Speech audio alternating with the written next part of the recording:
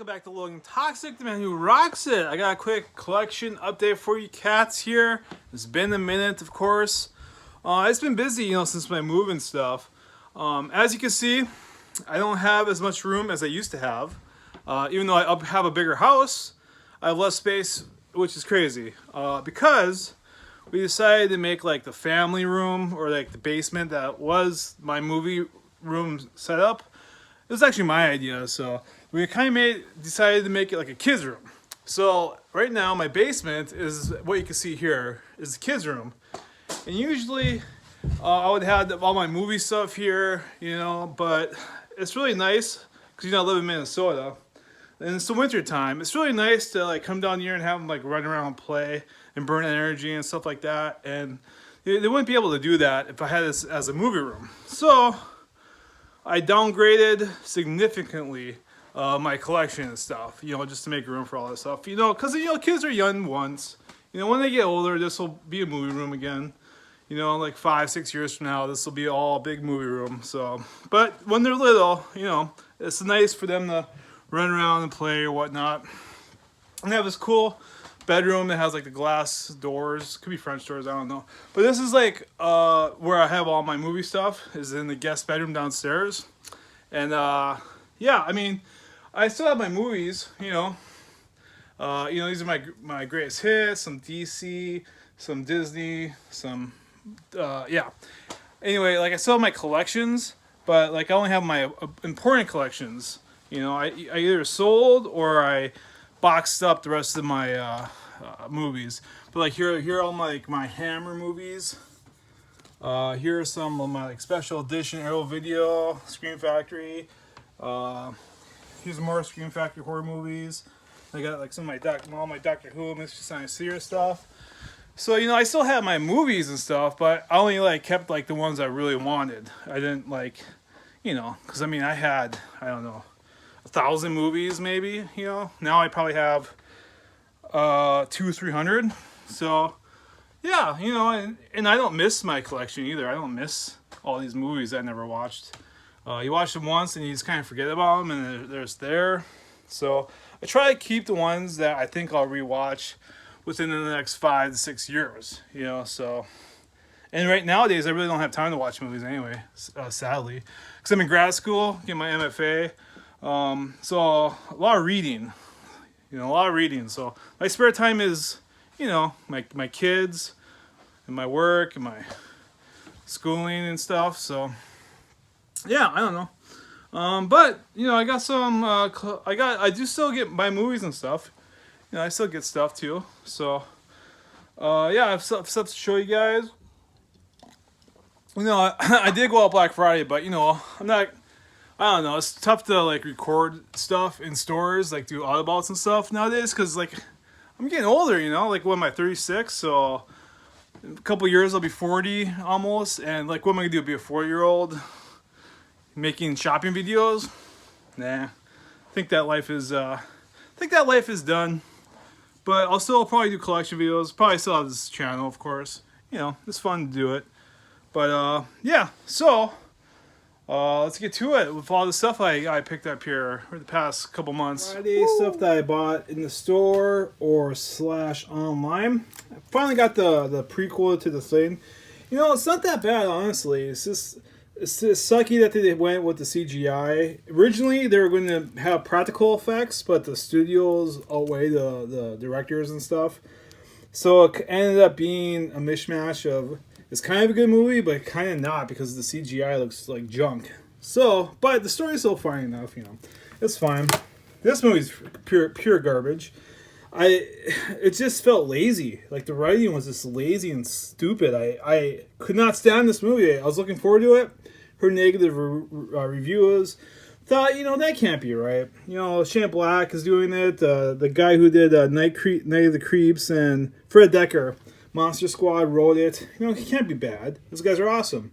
No, this movie's terrible. I can't believe what happened, what they did. Cold Pursuit. I'm a fan of Liam Neeson. He's like the modern day Charles Bronson. So, it'll be fine. I actually did like the first Goosebumps. These movies are perfect for like 12, 13-year-old kids, and yeah, so I got the second one. The second one's probably alright. Spider-Man: Far From Home. Haven't seen this movie yet. I'm not, I'm okay with superhero movies, but I just have no need. I need to watch them right now. If it comes up, it comes up. But it's not like I'm rushing to watch every single one of them. But yeah, this one, I heard good things. There's a scene in Venice in this movie, and I actually went to Venice for my honeymoon. So yeah, that will, hopefully I'll recognize some sights. Batman Hush. Picked this guy up. I really don't know too much about, but it does look awesome. It does look awesome. Dora and the Lost City of Gold. It looks like a fun movie. I heard average to good things about it, so whatever. And then this is badass. Ordered this online. Vinegar Syndrome had a Black Friday deal. Got this for I think $60. Let's actually unbox this real quick for you guys. If I could do this one-handed, which I can't. Come on. All right. Look at. You know what's cool? Individual packing like that. That's freaking amazing. All right. I haven't even looked at this, honestly. I've been so busy. Let's see what they got here. The Evil Escapes. Looks pretty sweet. It's About Time. A New Generation. And Dollhouse. These all look like great TV horror-ish movies. So, can't wait to check those out. Got this guy recently. It was like 30 some bucks. The complete season of Doctor Who, John Pertwee. I really like John Pertwee, and this is a pretty good season. The best one on here is probably, I don't know, Carnival of Monsters. I really like, but it's really cheesy. But anyways, over here I picked up the last few remaining Astron 6 stuff I needed to complete like my Astron 6 collection. I finally picked up The Void. This movie had a lot of good potential of being good. It just kind of, I don't know, it kind of like got weak at the end there, and it didn't have a payoff or anything. I don't know. The first half was good. The second half was kind of a letdown. But I need to rewatch it. I only saw it once. In theory, I should really, really like this movie because I like the story. I like the practical effects. I just don't know what I don't like about it. I really can't put my finger on what I don't like about it. You guys comment below. What is wrong with this movie? There's something to it. There's something wrong with it. I just can't put my finger on it, and I need to rewatch it. I really do. So, this is from one of the directors. Which one is it? Oh, it's from Astron 6. I got this. This is like their shorts. They're a film, kind of like a film, I don't know, partnership in Winnipeg, Canada. There's 5 of them. They got famous by making shorts and the Father's Day movie. And like this movie right here. It's a trauma release. Really good movie. Anyway, 3 of them stayed in Canada, but 2 of them actually went to Hollywood and are kind of successful, actually. So I picked up their individual movies. So, all right, so there's like fractions in Astron 6. We got this guy are the guys that stayed in Winnipeg. And then like the special effects guys, they went to Hollywood. But the guys that stayed in Canada, they made that. Let's say they made that. This one just got released by Kino, Divorced Dad. It was okay. The last episode was pretty good, which went like off the radar. And they have a really good short, which is technically Astron 6's last outing. It's called Child Boys, an American Folktale. It's 9 minutes long. And honestly, it's worth getting this release just for that short. That short competed at, I think, Cannes Festival and stuff like that. Really weird that Kino released this, but it's cool that they released it. So, yeah, I got Divorced Dad. It was okay. And then, these are the Canadian guys. And they also made Manborg, which also has a really great short called Biocop on this. Includes Biocop. It's literally the greatest thing I've ever seen in my entire life. That Biocop short. It's amazing. Definitely try to check that out. I don't really care for the movies too much because it's so cheap. But Biocop, oh man, I show all my friends Biocop and they love it. They absolutely love it. It's a good party thing to do. Throw it on and everybody has a nice laugh. And this is their best movie by far, The Editor. I love this movie. I can rewatch this movie over and over again. It's great. Anyway, this is made by the 3 guys that stayed in Canada.